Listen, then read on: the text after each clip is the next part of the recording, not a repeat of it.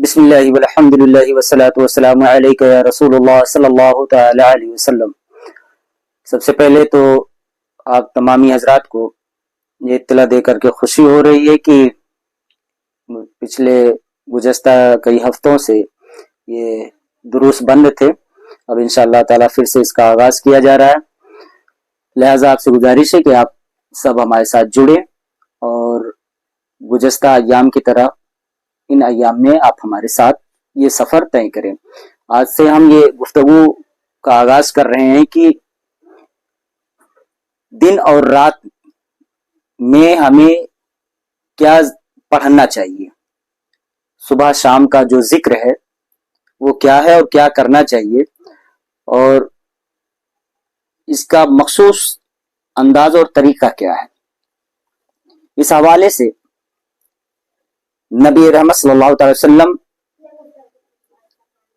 کے فرمان عالی شان کو آپ کے سامنے رکھیں۔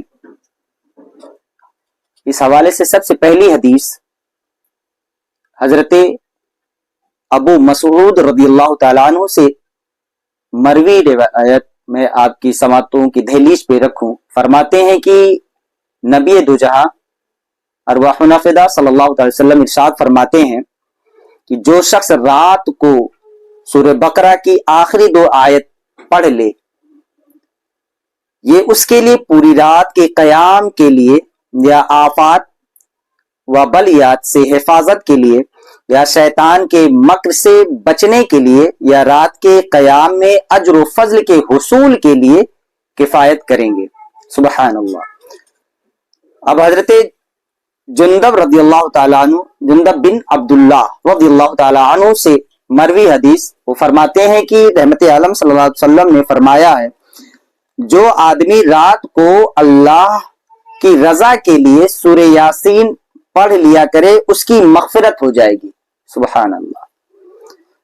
حضرت ابو ہریرہ رضی اللہ تعالیٰ عنہ فرماتے ہیں کہ مدینے کے تاجدار دونوں عالم کے مالک و مختار صلی اللہ علیہ وسلم نے فرمایا، جو بندہ کسی بھی سورت کی 10 آیتیں رات کو پڑھا کرے، کسی بھی سورت کی 10 آیتیں رات کو پڑھا کرے، فرماتے ہیں کہ وہ غافلین میں نہیں لکھا جاتا بلکہ ذاکرین میں لکھا جاتا ہے۔ اور حضرت ابو امامہ سے مروی ہے، وہ کہتے ہیں کہ حضور صلی اللہ علیہ وسلم نے فرمایا کہ رسول اللہ کی جو شخص 10 آیات رات کو پڑھ لے وہ غافلین میں نہیں لکھا جاتا، اور جو 100 آیات پڑھے 100 آیات پڑھے اس کے لیے ساری رات کی عبادت لکھی جاتی ہے۔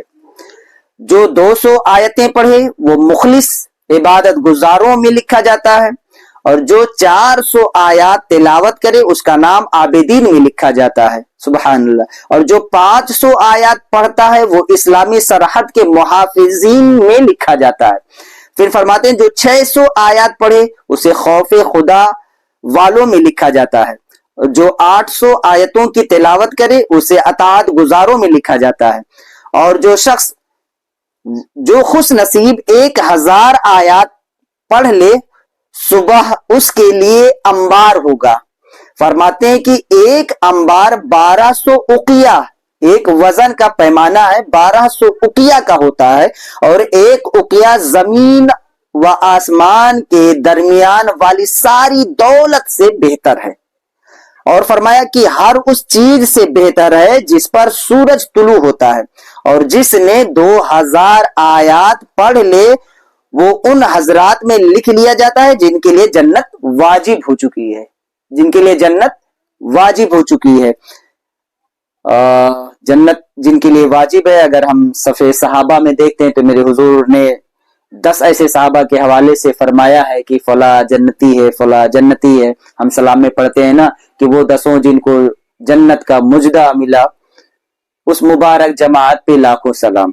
تو یعنی جو بندہ رات میں 2000 آیات پڑھ کے سوئے تو پھر اس بندے کا نام جو ہے ان لوگوں کے ساتھ لکھ دیا جاتا ہے جن پر جنت واجب ہو چکی ہے۔ حضرت ابو سعید رضی اللہ تعالیٰ عنہ سے روایت ہے، وہ فرماتے ہیں کہ نبی رحمت صلی اللہ علیہ وسلم نے فرمایا، کیا تم میں سے کوئی اس بات سے عاجز ہے کہ ایک رات میں قرآن کا 1/3 حصہ پڑھ لیا کرے؟ تو صحابہ رضی اللہ تعالی عنہم نے عرض کیا کہ یا رسول اللہ، یہ تو مشکل معلوم ہوتا ہے، ہم میں ایسا کون ہے، کون اس بات کی طاقت رکھتا ہے؟ تو حضور صلی اللہ علیہ وسلم نے ارشاد فرمایا کہ کہو کہ اللہ الواحد الصمد، اللہ الواحد الصمد 1/3 قرآن پڑھنے کے برابر ہے. یعنی یہ 3 کلمہ اگر کوئی پڑھ لیتا ہے تو اس کا اتنا ثواب ملتا ہے 1/3 قرآن پڑھنے کے برابر. اب راوی کہتے ہیں کہ ہو سکتا ہے کہ یہ سورہ اخلاص اس سے مراد ہو. حضرت انس بن مالک رضی اللہ تعالیٰ عنہ سے روایت ہے، وہ نبی دو جہاں صلی اللہ علیہ وسلم سے مروی ہیں، کہتے ہیں کہ آپ صلی اللہ علیہ وسلم نے فرمایا جو شخص روزانہ 100 مرتبہ قل هو اللہ احد یعنی سورہ اخلاص پڑھ لیا کرے، اس کے لیے 50 برس کے گناہ مٹا دیے جائیں گے. سبحان اللہ. مگر یہ کہ اس پر قرض ہو، جو قرض ہوگا وہ معاف نہیں ہوگا. حضرت عبداللہ بن مسعود سے مروی حدیث ہے، فرماتے ہیں کہ جو شخص ہر رات کو تبارک الذی بیدہ الملک یعنی سورہ ملک پڑھا کرے، اللہ تعالیٰ اس کی وجہ سے اس سے عذاب قبر روک دیتا ہے. ہم اس سورت کو رسول اللہ صلی اللہ علیہ وسلم کے عہد میں مانعہ یعنی عذاب قبر روکنے والی کے نام سے یاد کرتے تھے. اور بے شک اللہ کی کتاب میں یہ ایسی سورت ہے کہ جو اس کی تلاوت کرے اس نے بہت نیکیاں کمائی اور بڑا پاکیزہ عمل ہے. انشاءاللہ تعالیٰ یہ سلسلے وار جو گفتگو ہم نے اس کا آغاز کیا ہے، دن اور رات کے جو وظیفے پڑھنی ہیں، کیا پڑھنا چاہیے اور قرآن میں اس حوالے سے کیا آیتیں موجود ہیں اور حدیث شریف میں حضور صلی اللہ علیہ وسلم نے کیا تعلیم اور تربیت فرمائی ہے.